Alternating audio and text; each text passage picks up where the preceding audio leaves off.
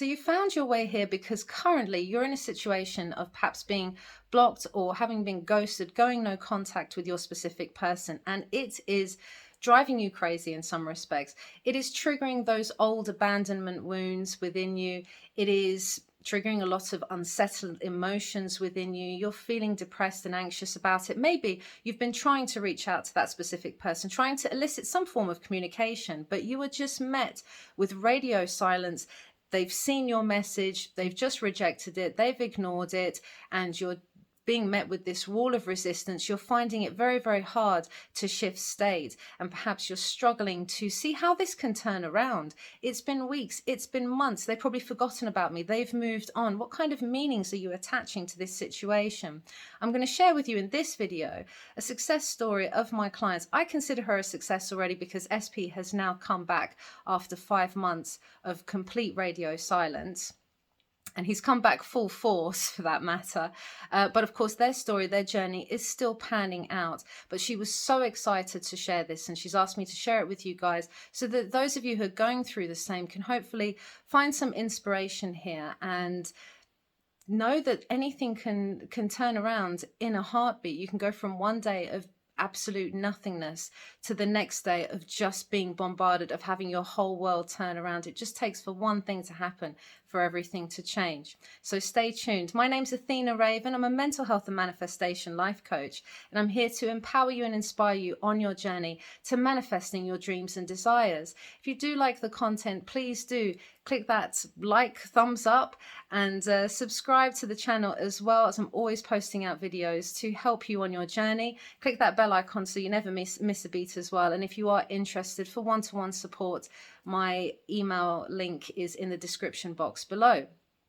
Now, I have asked her to share her experience. She's WhatsApped it to me, and then she sent me a few messages today as well, just updating me. And she's voice noted me something which was just running through her thought processes. And I said, do you mind if I share this voice note as well? Hopefully it will be clear enough to pick up on here. And she's fine with that, but I'm going to protect her.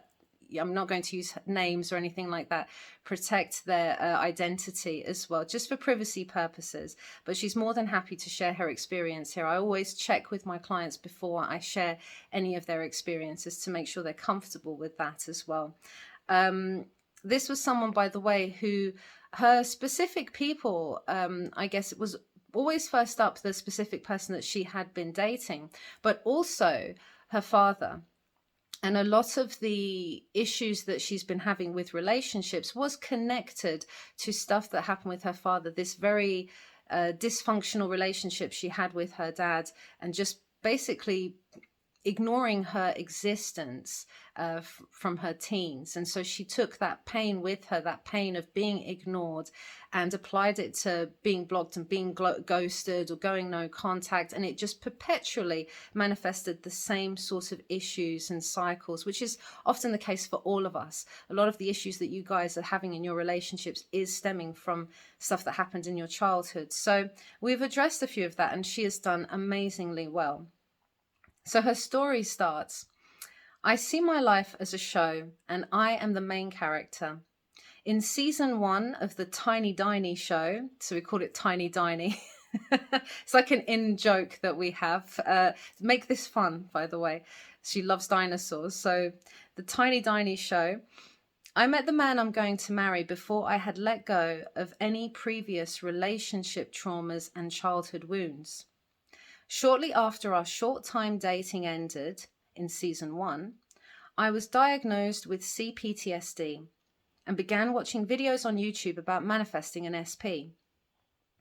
I started with Dylan James, whose earlier content was very helpful.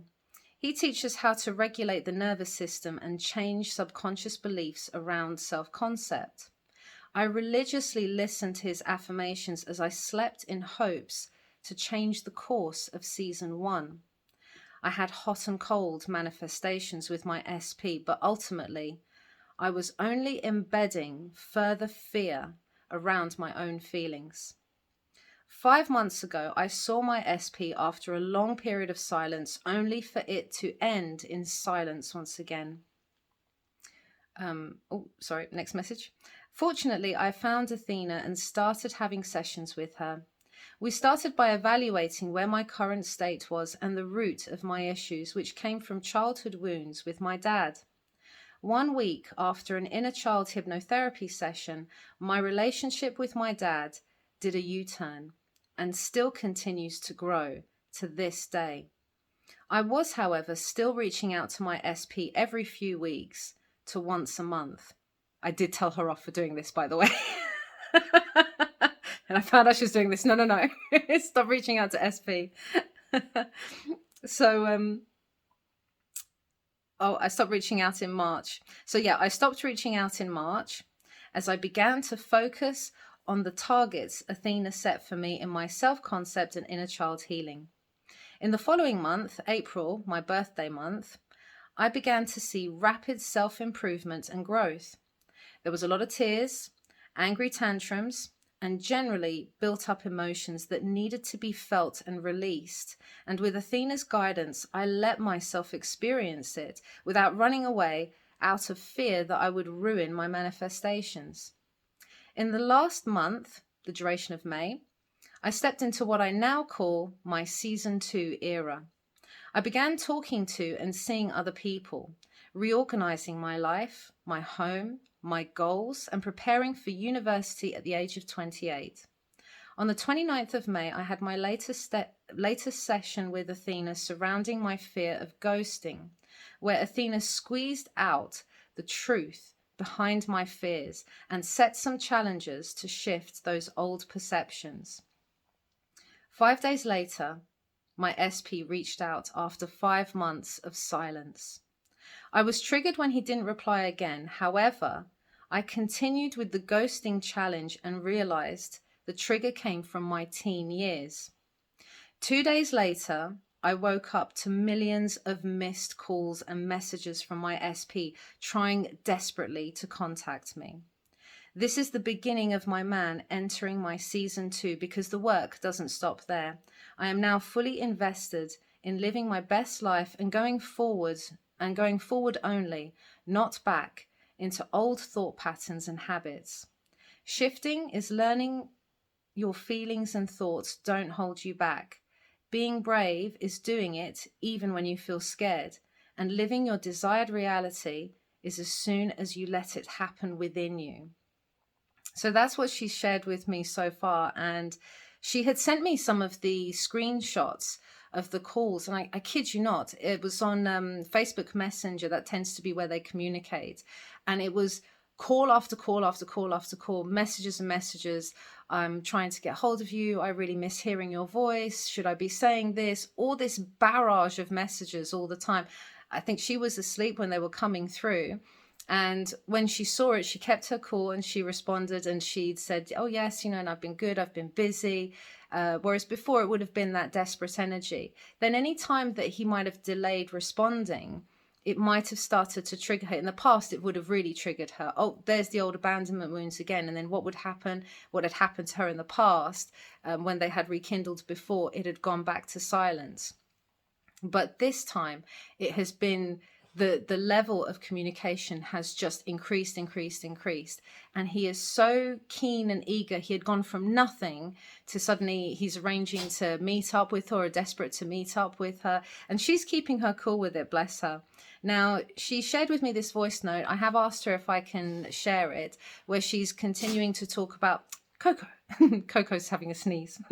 Where she's continued to basically talk about how she's continuing with this challenge. Because if she continues with this challenge, she's going to change her thought patterns and beliefs regarding ghosting. That was where a big blockage of hers was. We had healed those childhood wounds. She now has an amazing relationship with her dad, who, like I say, went from not really acknowledging her existence, a non-existent relationship with her father, to now he is so keen and eager to meet up with her.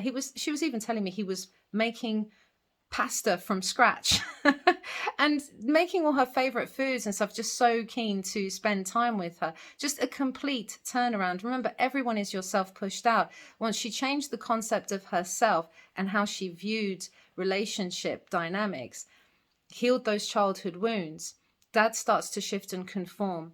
Now SP has started to shift and conform as well, and is coming back full force, and he never has before. And anytime there's a slight delay in response, she is attaching and challenging the meanings behind it, so she doesn't fall back into old patterns and habits, because it's too easy for us to do that. It's too easy for us to fall back into the old patterns of behavior. And she's really been consistent with that. That's why she's had such success in what I consider a short amount of time, because we'd only been coaching for a few months. She wasn't like regularly on it, but I would keep her aligned. I would keep on top of what she was doing as well, shifting any thought processes, and she kept herself accountable and kept up with the homework and the techniques and the tactics I had given her, listening back to hypnosis as well, continuing with the reprogramming. And suddenly the resistance, when that curtain of resistance was lifted, everything was exposed to her, and it's just continuing to grow. Even today, it's just continuing in this upward trajectory. So let me play this voice note. I can't promise how clearly it's going to come out. I'll try and put it near the speaker. And she just shares about what she's been doing with regards to the challenge. I've actually been doing really well. Like, even though I've felt that fear, you know, like I feel it in my chest, I can still sort of feel a little bit of it now, right?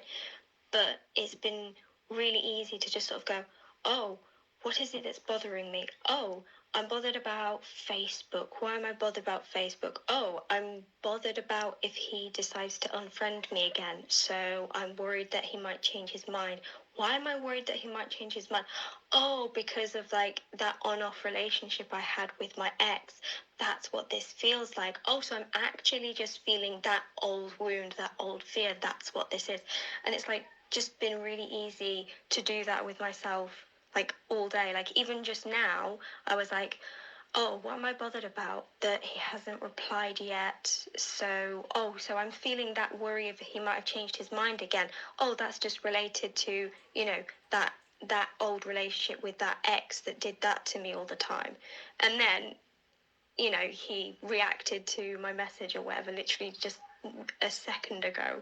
And I was like there laughing, like, see, I told you, you know, how what I'm feeling isn't my reality. It is, you know, ancient history from a completely different relationship. And I feel really proud of myself. But also, I can't thank you enough. I need to send you a ginormous like a ginormous dino cake or something. She knows I love cake and she loves dinosaurs, so we have to put the two together. But essentially, you can hear the thought process that she was going through, because when we were talking about what was the meaning that you were applying to ghosting, she didn't realize the fears that she actually had. And a lot of my clients are like that. At the surface level, we don't often know what are the fears and the thoughts and the doubts we are having, but I tend to analyze my clients' language, their posture, the way they talk about things. I'll pick up on those inner beliefs, and I'll question and I'll prod and I'll poke gently. I'm always gentle. Not like poking it, give me some answers, interrogation. But I will like just keep poking them for answers. And when they start to process it and they start to answer the questions like she was doing, it was all flooding out. And then she realized where a lot of the wounds and beliefs were coming from. And then we did some very sort of deep dive challenge work where she was like, oh my God, I've had an epiphany and I didn't think about that. And we turned it all around. A lot of my clients actually have quite a lot of epiphanies when we do that deep dive challenge work, because that is the problem. When you are occupying a state of being blocked, childhood wounds being triggered, old relationship wounds coming back to haunt you, you can only see the world from this limited perspective, and you're focusing on everything negative with regards to that, attaching more negative meaning, which then triggers you even more. And then what happens?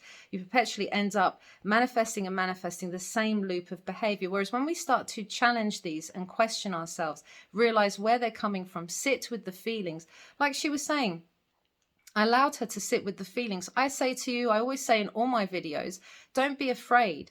to grieve, to mourn, to cry, to sit with those negative emotions and feelings, to hear them out, to allow yourself to release them. Because only then can you move on from your, like she says, season 1 to season 2. How can you move on from the past if you don't put a lot of that stuff to peace? And I know a lot of coaches will perhaps have a go at you or say, well, this is also, ignore your 3D. You're thinking negatively. You're messing up your manifestation. And it's not true at all. I've had a lot of clients, and you will hear from other clients' success stories as well, where they've had breakdowns, they've been triggered. A couple of times I've had to do emergency sessions with them because they were so triggered.